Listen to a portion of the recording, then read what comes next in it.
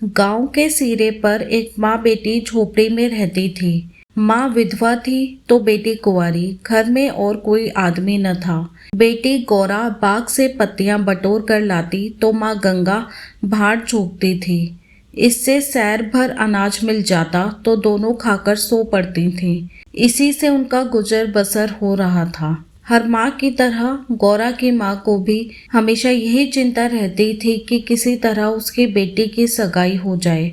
पति के मर जाने के बाद गंगा ने कभी दूसरा घर नहीं बसाया, न ही कोई रोजगार शुरू किया था। तब भी माँ बेटी सुकून से रहती थीं। इस बात को लेकर गांव के लोगों पर माँ बेटी पर संदेह होता था। सबके मन में यही सवाल आता था कि दोनों स्त्रियां कोई धंधा नहीं करती, कोई मर्द भी नहीं है, तो फिर ये इतने आराम से कैसे रहती हैं। कभी इन्हें किसी के सामने हाथ फैलाते भी नहीं देखा। कुछ न कुछ गड़बड़ जरूर है। शूद्रों की बिरादरी बहुत छोटी होती है। 5-10 कोस से अधिक उनका दायरा नहीं होता। आखिर क्या कारण है कि कोई गौरा से शादी के लिए तैयार नहीं होता। गौरा की शादी के लिए माँ बेटी ने साथ कई तीर्थ यात्राएं की, उड़ीसा तक हो आए, लेकिन कुछ हल नहीं निकला। गौरा सुंदर और सुशील थी, लेकिन किसी ने उसे कुएं पर हंसते बोलते नहीं देखा था। उसकी निगाहें कभी ऊपर न उठती थीं। उसकी ये हरकत गांव वालों के शक को और मजबूत करती थी। सभी को यही लगता कि कोई स्त्री इतनी सती कैसे हो सकती है। दिन गुजरते गए। गौरा की माँ चिंता में घुलती जा रही थी। उधर गौरा की सुंदरता, उसकी जवानी गांव वालों की नज़रों में चुभ रही थी। एक परदेसी गांव से दूर नौकरी की खोज में कलकत्ता जा रहा था। 10-12 कोस दूर पहुंचते उसे रात हो गई। उस समय वह एक गांव में पहुंचा था। वह लोगों से किसी कहार का घर पूछते हुए गंगा के घर पहुंचा। परदेसी को देख गंगा बहुत खुश हुई। गंगा ने उस परदेसी से उसका नाम पूछा तो परदेसी ने बताया कि उसका नाम मंगरू है। इसके बाद गंगा ने मंगरू का खूब आदर सत्कार किया। उसके लिए अच्छे पकवान भी बनाए। धीरे धीरे दोनों की बातचीत भी बढ़ने लगी। इसी दौरान शादी की चर्चा भी छिड़ गई। मंगरू नौजवान था। तभी उसकी निगाह गौरा पर पड़ी। गौरा एक सुंदर और शांत हाव भाव की लड़की थी, जिसे देखते ही मंगरू भी मोह में पड़ गया और वह झट से गौरा से सगाई के लिए मान गया। उसने 2-4 गहने खरीदे और कपड़े उधार लेकर सगाई कर ली। गंगा बेटी दामाद को अपनी नज़रों से दूर नहीं करना चाहती थी, इसीलिए दोनों गंगा के साथ ही रहने लगे। 10-15 दिन भी नहीं बीते थे कि मगरू के कानों में कई तरह की बातें पड़ने लगी। बिरादरी के अलावा दूसरी जाति के लोग भी कई तरह की बातें बनाने लगे। मंगरू इन अटकलों से परेशान हो गया था, लेकिन वह गौरा को छोड़ना भी नहीं चाहता था। 1 महीने बाद मंगरू अपनी बहन के घर गया। बहन ने खाना परोसा। मंगरू ने बहनोई को साथ खाने के लिए कहा। बहनोई बोला, तुम खा लो, मैं बाद में खा लूँगा। मंगरू को कुछ संदेह हुआ। उसने साफ पूछ लिया कि आखिर बात क्या है। बहनोई बोला, मैं तुम्हारे साथ नहीं खा सकता। तुमने बिरादरी से बाहर शादी की है। किसी से न कुछ पूछा न कुछ बताया। जब तक पंचायत नहीं होगी मैं तुम्हारे साथ उठ बैठ नहीं सकता। तुम्हारी हरकत की वजह से मैं समाज से रिश्ता नहीं खत्म कर सकता। मंगरू तेजी से उठा और ससुराल लौट आया। मन बेचैन था। उसने किसी से कुछ नहीं कहा और रात के अंधेरे में गौरा को छोड़कर चला गया। इसी तरह कई साल बीत गए, लेकिन मंगरू का कुछ पता न चला। पति के गायब होने पर भी गौरा उदास न थी। वह हंसती खेलती, मांग में सिंदूर लगाती, रंग बिरंगे कपड़े पहनकर तैयार होती थी।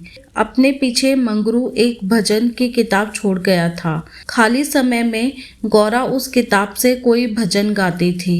पहले गौरा गांव की औरतों से ज्यादा मिलती जुलती नहीं थी। दरअसल उसके पास उन स्त्रियों से बात करने के लिए कोई विषय ही नहीं होता था।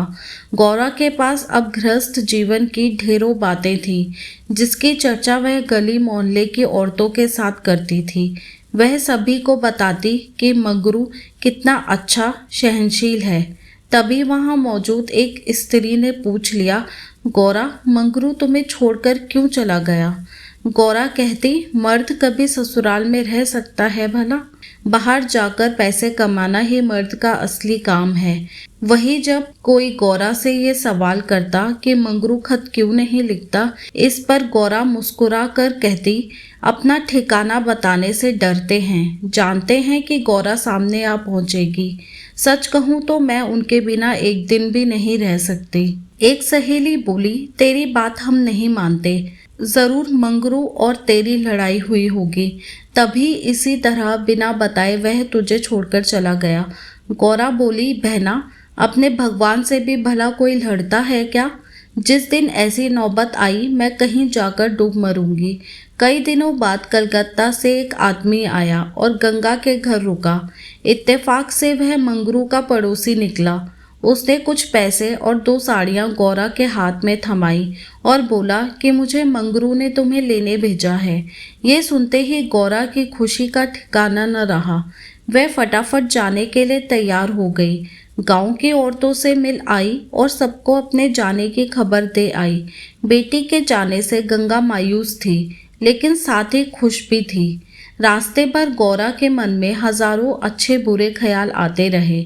बीच बीच में उसे अपनी माँ के अकेलेपन की भी याद आ जाती। डर सताता कि बेचारी अम्मा अकेले कैसे रहेगी, सारा काम अकेले करना पड़ेगा। बूढ़ी दिन भर रोती रहेगी। इसी उधेड़बुन में रास्ता कट गया। लगभग 3 दिनों बाद गाड़ी कलकत्ता स्टेशन पहुंची। गौरा का दिल जोर से धड़क रहा था। वह प्लेटफॉर्म पर उतरकर मंगरू का इंतजार करने लगी। बूढ़ा बोला, मैंने आसपास सभी जगह देख लिया, लेकिन मंगरू तो कहीं दिखाई नहीं दे रहा है, शायद अब तक आया नहीं है। गौरा घबरा गई। तभी बूढ़ा बोला, चलो हम डेरा पर चलते हैं। उसे मालूम न था कि हम कौन सी गाड़ी से आ रहे हैं। ऐसे में भला उसकी राह देखने से कोई फायदा नहीं। गौरा बात मान गई और दोनों टांगे पर सवार होकर चल दिए। यह पहली बार था जब गौरा गांव से बाहर निकली थी। उसकी आंखें इधर उधर चीजों को निहारने में लगी हुई थीं। अचानक टांगा एक सुंदर और विशाल भवन के सामने रुका। गौरा उतरी और तेजी से सीढ़ियों के सहारे ऊपर चढ़ने लगी। मंगरू से मिलने की थोड़ी भी देरी उससे बर्दाश्त नहीं हो रही थी। तभी बूढ़े ने पहली मंजिल के एक कमरे की ओर इशारा करते हुए कहा, यह मंगरू का कमरा है, जाओ, वह अंदर ही पड़ा होगा। गौरा अंदर गई, लेकिन कमरे में कोई न था। कोने में खाट और 4-5 बर्तन पड़े हुए थे। वह बाहर आई और बूढ़े को बताया। बूढ़ा बोला, मंगरू काम पर गया होगा, शाम को लौटेगा। यहाँ यह किराए पर रहता है। कमरे में मंगरू को न पाकर गौरा थोड़ी मायूस हो गई, लेकिन शाम को मिलने की सोचकर मुस्कुराई और साफ सफाई में लग गई। उसने कमरे में झाड़ू लगाया, बर्तन धोए, नहा धोकर शाम का इंतजार करने लगी। राह देखते देखते देर शाम हो गई, लेकिन मंगरू का अब तक कोई पता न था। गौरा का मन फिर से घबराने लगा। घना अंधेरा छा गया था, परंतु कमरे में एक दीपक तक न था। जब भी किसी की आहट होती तो गौरा को लगता मंगरू आया होगा, लेकिन दरवाजे पर कोई दस्तक न होती थी। कुछ देर बाद दस्तक हुई। गौरा दौड़ी और दरवाजा खोला। सामने बूढ़ा खड़ा था। गौरा बोली, वो अब तक आए क्यों नहीं? बूढ़ा बोला, अभी मैं मंगरू के दफ्तर से ही लौटा हूँ। साहब ने बताया कि मंगरू का ट्रांसफ़र हो गया है। मंगरू ने साहब से कई मिन्नतें की, लेकिन किसी ने उसकी एक न सुनी और दूसरी जगह भेज दिया। मैं दफ्तर से उसका नया पता ले आया हूँ। कल सुबह तुम्हें जहाज पर बिठा दूंगा, फिर तुम अपने मंगरू के पास चली जाना। गौरा घबराकर बोली, जहाज में? कितने दिन का सफ़र होगा? बूढ़े ने कहा, कम से कम 8 से 10 दिन तो ज़रूर लगेंगे, लेकिन घबराओ मत, तुम्हें कोई परेशानी नहीं होगी। तय बात के मुताबिक अगले दिन गौरा बूढ़े के साथ मंगरू के पास जाने के लिए निकली। बूढ़े ने उसे जहाज पर बिठाया और विदा किया। जहाज जैसे जैसे किनारे से अलग हो रहा था, वैसे वैसे गौरा को लग रहा था कि अब उसकी अम्मा, गांव सब पीछे छूट रहा है। चारों ओर पानी पानी देख गौरा का मन अजीब हो रहा था। अनजान जगह में मंगरू को कहाँ खोजेगी, यह सोच सोचकर उसका दिल बैठा जा रहा था। जहाज पर कई स्त्रियां और पुरुष सवार थे। गौरा उन्हें देख और उनकी बातें सुन रही थी। तभी उसकी नज़र एक कोने में अकेली बैठी स्त्री पर पड़ी। गौरा ने हिम्मत कर उससे पूछा, कहाँ जा रही हो बहन? ये सुनते ही स्त्री की आंखें डबडबा गईं।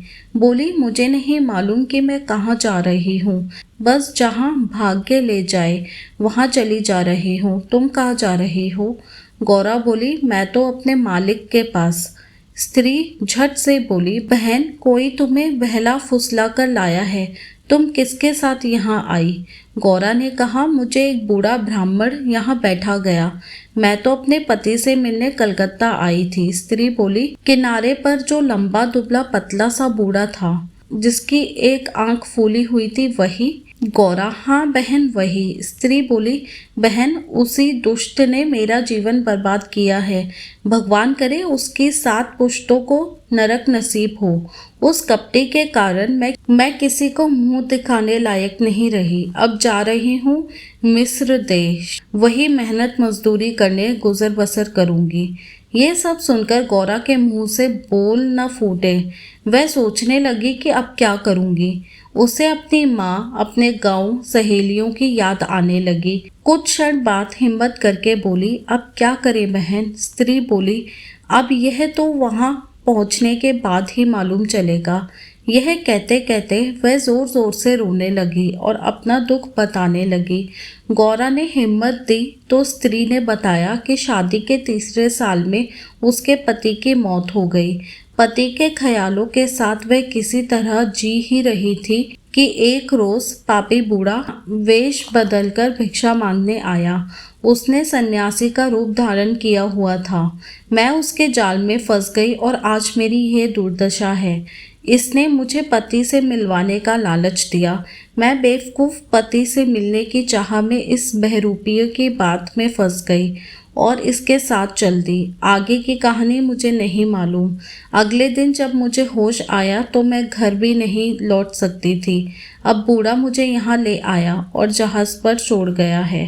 स्त्री की बातें सुनकर गौरा को समझ नहीं आ रहा था कि वह क्या प्रतिक्रिया दे। वह बिल्कुल मौन हो गई थी। मंगरू से मिलन का सपना एक झटके में टूट गया था।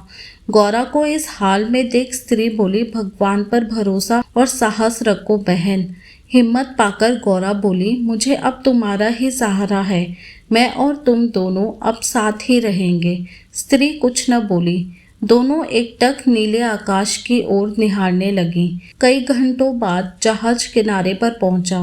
सभी यात्री उतरने लगे। तट पर मौजूद एक आदमी सभी यात्रियों के नाम लिख रहा था। अब गौरा के उतरने की बारी आई।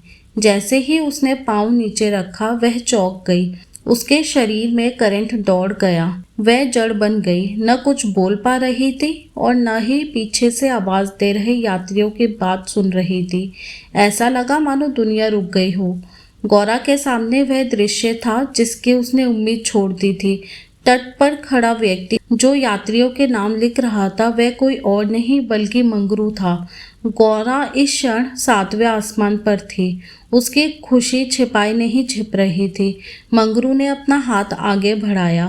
गौरा ने प्रतिक्रिया न दी। इतने में यात्रा के दौरान मिली स्त्री ने गौरा को कोहनी मारी। गौरा लड़खड़ा गई। मंगरू ने उसे थाम लिया। स्त्री, क्या हुआ? इस आदमी को पहचानती हो? गौरा बोली, बहुत अच्छी तरह से। यही तो वे हैं जिनसे मिलने के लिए मैं घर से निकली। स्त्री बोली, अच्छा, तो ये तुम्हारे पति हैं। अब तो तुम मेरे साथ ना आओगी, मुझे भूल जाओगी। गौरा बोली, क्या ऐसा भी हो सकता है भला? तुमने मुझे सहारा दिया है। मंगरू इन दोनों से दूर अपने काम पर लगा हुआ था। वह यात्रियों से जानकारियां जुटाने में व्यस्त था। गौरा कोने में खड़ी मंगरू को निहार रही थी। कुछ देर बाद उसका काम खत्म हुआ और वह गौरा के पास आया। मंगरू, तुम कौन हो? क्या नाम है तुम्हारा और कहाँ से आई हो? गौरा मंद मंद मुस्कुराई और बोली, गौरा नाम है हमारा, मदनपुर बनारस से आए हैं। मंगरू ने उसका हाथ थाम लिया और आंखों से आंसू लिए बोला, भला तुम यहाँ आई कैसे? गौरा ने उसके आंसू पोंछे और चौंक कर बोली, तुमने ही तो बुलावा भेजा था, सो मैं आ गई। मंगरू को समझ नहीं आया कि गौरा क्या कह रही है। उसने बोला, मैंने कब बुलावा भेजा? भला मैं तो पिछले 7 सालों से यहाँ कैद हूँ, चाह कर भी घर नहीं जा सका। गौरा घबराकर बोली, तुमने बूढ़े को नहीं भेजा था मुझे लाने के लिए? मंगरू बोला, बिल्कुल नहीं। गौरा का मन छोटा हो गया। उसने इस जवाब की आशा न की थी। गौरा गुस्से में बोली, मैं कल ही यहाँ से चली जाऊंगी, मुझे तुम पर बोझ नहीं बनना। मंगरू बोला, अब तुम यहाँ से अगले 5 सालों तक नहीं जा सकती गौरा, यही यहाँ का नियम है। गौरा बोली, ठीक है फिर मैं अलग रहकर अपना पेट पाल लूंगी, लेकिन तुम पर भार न बनूंगी। मंगरू बोला, तुम मेरे लिए कभी बोझ नहीं हो सकती गौरा, तुम सती हो, देवी हो। जिस बूढ़े आदमी ने तुम्हें बहकाया उसी ने मुझे भी वहां भेजा है। आओ मेरे साथ, मेरे ठिकाने पर चलो, वहां आराम करने, फिर आगे बातें होंगी। वह स्त्री कौन है तुम्हारे साथ? गौरा बोली, यह मेरी सहेली है, यात्रा के दौरान जहाज पर मिली, इसका यहाँ कोई न है, अतः यह मेरे साथ ही रहेगी। मंगरू मान गया। तीनों लोग पैदल चल दिए। तभी सामने से 2 लंबे चौड़े शरीर के आदमी आते दिखाई दिए। मंगरू के पास आकर दोनों आदमियों ने बोला, आज से ये दोनों औरतें हमारी। मंगरू के क्रोध का ठिकाना न था। मंगरू चिल्लाकर बोला, ये दोनों मेरे घर की स्त्रियां हैं, इन पर आंख तक न डालना। आदमी ठाके लगाकर हंस पड़े। मंगरू का गुस्सा और बढ़ गया। तभी एक आदमी गौरा की ओर बढ़ा और उसका हाथ पकड़ने की कोशिश करने लगा। मंगरू चिल्लाया, छूना मत वरना अच्छा नहीं होगा। दोनों आदमी सहम गए और बाद में देख लेने की धमकी देकर आगे निकल गए। मंगरू, गौरा और उसकी सखी आगे बढ़ गए। मंगरू बोला, इसीलिए मैं कह रहा था कि यह जगह तुम जैसी औरतों के लिए नहीं है। अचानक सामने से एक अंग्रेज आ पहुंचा। उसने मंगरू से कहा, जमादार, ये दोनों औरतें आज से मेरे कोठे में रहेंगी। मंगरू ने हाथ जोड़ लिए, बोला, साहब ये मेरे घर की औरतें हैं, इन्हें जाने दीजिए। अंग्रेज बोला, झूठ मत बोलो तुम। गौरा की ओर इशारा कर उसने कहा, इसको हमारी कोठी में भेज दो। मंगरू कांप गया और ना में सिर हिलाने लगा, लेकिन तब तक अंग्रेज आगे बढ़ चुका था। साहब की बात पर अमल करना जमादार का काम था। मंगरू समझ नहीं पा रहा था कि वह क्या करे। आखिरकार रास्ता खत्म हुआ। सामने मजदूरों के रहने के लिए मिट्टी के घर बने थे। बाहर दर्जनों की संख्या में स्त्री और पुरुष बैठे थे। सभी गौरा और सखी को गंदी नजरों से घूर रहे थे। किसी तरह नजर बचाकर मंगरू दोनों औरतों को घर ले गया और खुद दरवाजे पर बैठा रहा। दोनों स्त्रियां कमरे के भीतर अपने भाग्य को कोसती और मंगरू दरवाजे पर बैठा रखवाली करता रहा। किसी तरह रात बीती। अगले रोज दिन किसी तरह कट गया। रात के तकरीबन 10 बजे दरवाजे पर दस्तक हुई। मंगरू निकला तो देखा सामने सिपाही खड़ा है। सिपाही बोला, चलो तुम्हें साहब ने बुलाया है। मंगरू बोला, भाई तुम हमारे देश के आदमी हो, मुझ पर मुसीबत आन पड़ी है, मदद करो। जाओ साहब को कह दो कि मंगरू घर पर नहीं है। सिपाही बोला, न बाबा, वह बहुत गुस्से में है, मैं ऐसा कुछ नहीं कह सकता, तुम साथ चलो। मंगरू के पास कोई चारा न था। वह सिपाही के साथ निकल गया। मंगरू को सामने देख साहब जोर से चिल्लाया, वह औरत कहाँ है? कल तुम उसे मेरे कोठे पर क्यों नहीं लाए? मंगरू ने हाथ जोड़ लिए और बोला, वह मेरी पत्नी है साहब। साहब बोला, वह दूसरी कौन थी फिर? मंगरू, मालिक, वह मेरी बहन है। साहब गुस्से में बोला, हम कुछ नहीं जानते हैं, तुम उन दोनों में से किसी एक को लेकर आओ जल्दी। मंगरू साहब के पैरों में गिर गया और रोने लगा, लेकिन साहब का दिल नहीं पसीजा। उसने आदेश दिया, जल्दी से एक स्त्री को लेकर आओ, वरना तुम्हें कोड़े पड़ेंगे। मंगरू कोड़े खाने को तैयार हो गया। साहब नशे में था। उसने न आफ सोचा न ताफ। हंटर निकाला और कोड़े बरसाने शुरू किए। मंगरू की चीख निकल आई। साहब उसे लगातार कोड़े मारते रहे, लेकिन वह अपने घर के औरतों की इज्जत देने को तैयार न हुआ। उसने अपने प्राण त्यागना बेहतर समझा। इधर गौरा और सखी कमरे में बैठे मंगरू की बाट देख रही थीं। उन्हें क्या पता कि मंगरू पर क्या बीत रही थी। अचानक किसी के चीखने रोने की आवाज सुनाई पड़ी। कान लगाकर सुना तो कलेजा मुंह को आ गया। यह मंगरू की आवाज थी। गौरा दौड़कर दरवाजे पर पहुंची। मंगरू की आवाज सुनकर उससे रहा न गया तो आवाज के पीछे दौड़ गई। फाटक खुला था। गौरा कोई है आवाज देने लगी, लेकिन जवाब न मिला। वह अंदर जा पहुंची। सामने मंगरू खुले बदन लहूलुहान हुए खड़ा था और अंग्रेज उस पर चाबुक बरसा रहा था। गौरा से यह सहन नहीं हुआ। वह दौड़कर मंगरू से लिपट गई और बोली, इनके बदले जितना चाहो मुझे मार लो, लेकिन इन पर दया करो।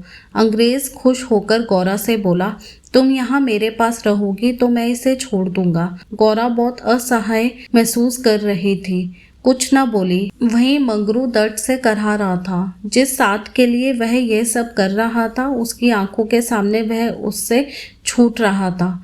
गौरा ने दिल पर पत्थर रखकर कहा, मुझे तुम्हारी शर्त मंजूर है, लेकिन अपने पति के स्वस्थ होने के बाद मैं तुम्हारे पास आऊंगी। अंग्रेज बात मान गया। उसने मंगरू पर अत्याचार बंद किया और सिपाही को उसे अस्पताल में भर्ती कराने का आदेश दिया। मंगरू को अस्पताल ले जाया गया। गौरा भी उसके साथ थी। इलाज के दौरान गौरा एक क्षण के लिए भी मंगरू के सामने से नहीं हटी। 4 दिनों के इलाज के बाद मंगरू ने आंखें खोली। तय शर्त के मुताबिक अब गौरा को मंगरू का साथ छोड़ अंग्रेज के पास जाना था। वह उसे मंजूर न था। ऐसे में उसने मरना बेहतर समझा। अस्पताल के बाहर नदी की धार बह रही थी। गौरा जाकर उसमें कूद पड़ी। आनन फानन में एक अस्पताल कर्मचारी दौड़ा, मंगरू के पास आया और गौरा के नदी में कूदने की सूचना दी। मंगरू की आंखों के सामने अंधेरा छा गया। उसे कुछ समझ नहीं आया। दौड़कर नदी के सामने पहुंचा और छलांग मार दी। जीते जी जो कभी साथ न रह पाए, अब ये दोनों परलोक की यात्रा में साथ जा रहे थे। अगर ये कहानी पसंद आई है तो लाइक शेयर सब्सक्राइब करें और इस कहानी को लेकर आपकी क्या राय है हमें कमेंट सेक्शन में लिखकर ज़रूर बताएं।